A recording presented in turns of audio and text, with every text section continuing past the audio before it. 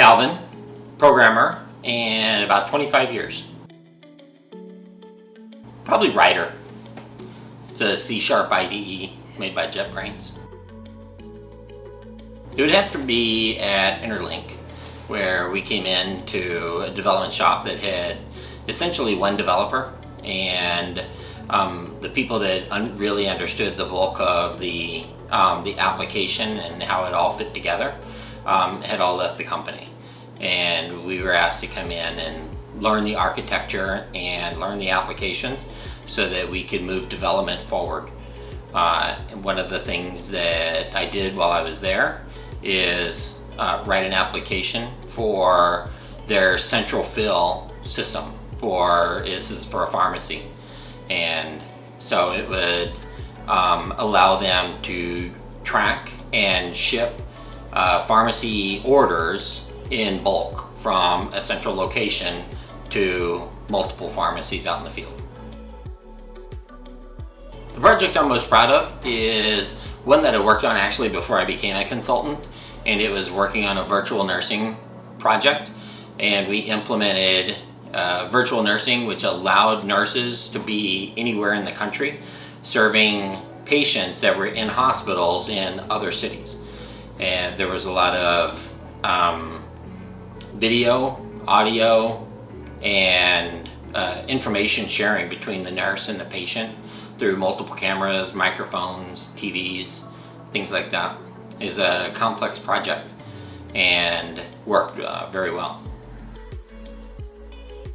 I was majoring, I went to school and was originally going into pre-med, and so I started working as a paramedic and worked as a paramedic for about 5 or 6 years and realized that I didn't want to be a doctor anymore.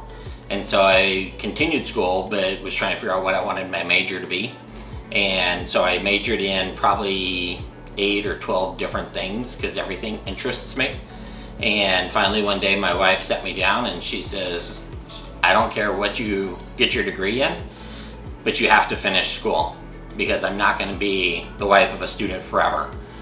And so I started thinking about what I enjoyed doing and realized that in all my free time I always did stuff on my computer. So it was like computer science makes the most sense. I get up in the morning, drink a cup of coffee, kind of watch YouTube videos or watch a TV show, something like that. Sometimes I play a video game, and then I go to work and I do my work. Whatever client I'm at is usually some sort of programming. Kind of get into, at the beginning of the day, figure out, where did I end off yesterday? What do I need to get accomplished today? What were the pain points that I was experiencing yesterday, so that I can kind of get my feet under me for the day and decide what I'm going to work on. And then I put on my headphones and turn on Spotify and listen to music and do programming until the end of the day, somewhere between 4 and 6, and then turn off my music and go home.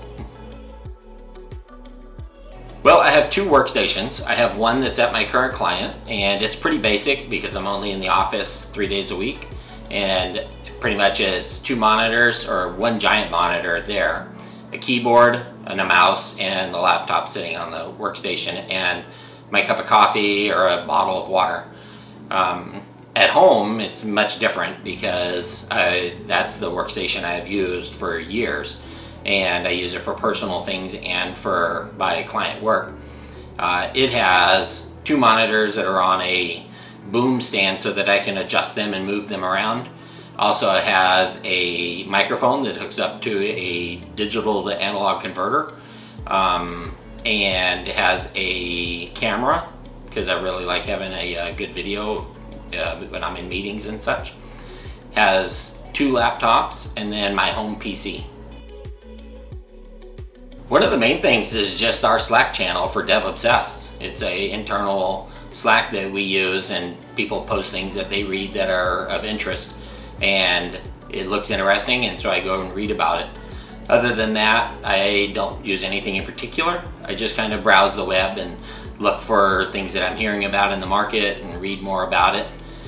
Probably the thing that I use the most it's not just for keeping up with technology, but would be Wikipedia. And I go there and read about all kinds of things because I'm interested in a lot more than just programming. I may want to read on deep space or what's going on with that kind of thing. I don't have any secrets.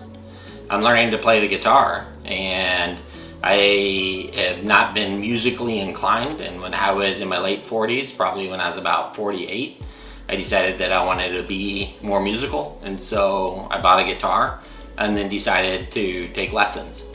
And the lessons started out very brutal because I was not musically inclined. I'm much more of a programmer than I am an artist. But over the last 5 years, I've become much better, and I can actually play some songs and they sound pretty good.